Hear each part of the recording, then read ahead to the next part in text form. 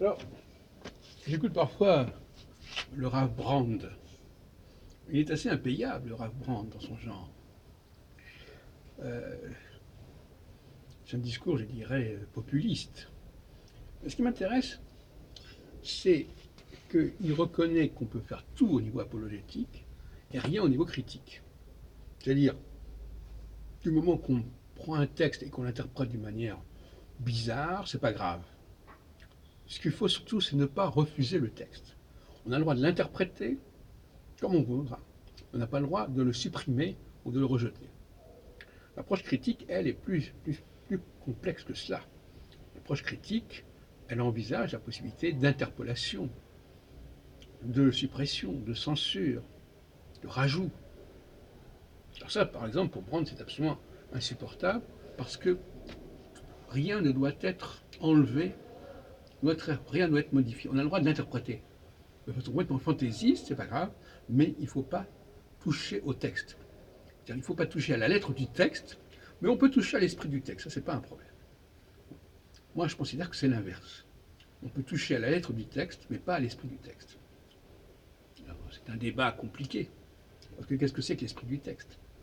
L'esprit du texte, c'est quand même quelque chose qui fait appel à notre intelligence, à notre compréhension du monde, à notre logique. Effectivement, ce que nous sommes aujourd'hui peut nous aider à comprendre les textes anciens. La façon dont on tue un homme aujourd'hui, c'est la même chose que quand il y a 3000 ans ou 10 000 ans. Et si on nous raconte dans un texte d'il y a 10 000 ans quelque chose que nous ne vivons pas aujourd'hui, qui n'est pas concevable aujourd'hui, on va dire que ce texte ne vaut pas, n'est pas valable. Donc la critique biblique, c'est aussi la mise en évidence d'invraisemblance, d'incohérence, de contradiction, de rajout.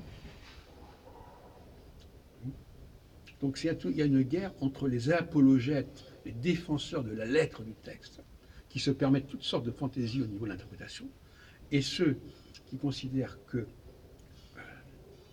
comme je disais dans une autre vidéo, le texte nous permet de comprendre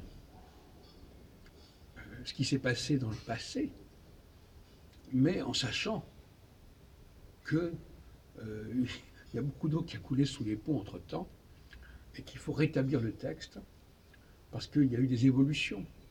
Par exemple, l'idée de Dieu à l'époque de Moïse, dans le livre de l'Exode, n'est pas la même idée de Dieu que chez les prophètes. Dans le livre de l'Exode, on a un Dieu qui est modeste, qui s'adresse à Moïse et qui lui dit « Je suis le Dieu d'Abraham, Isaac, Jacob ». Il ne parle pas du Dieu de l'univers. Mais la Genèse, dont on sait très bien qu'il a été rajouté, ce livre de la Genèse, ce n'est pas le premier livre, c'est pas parce qu'il apparaît au début du Tanakh que c'est le premier livre. Ça aussi, c'est une conception très infantile de la chose, de la textologie.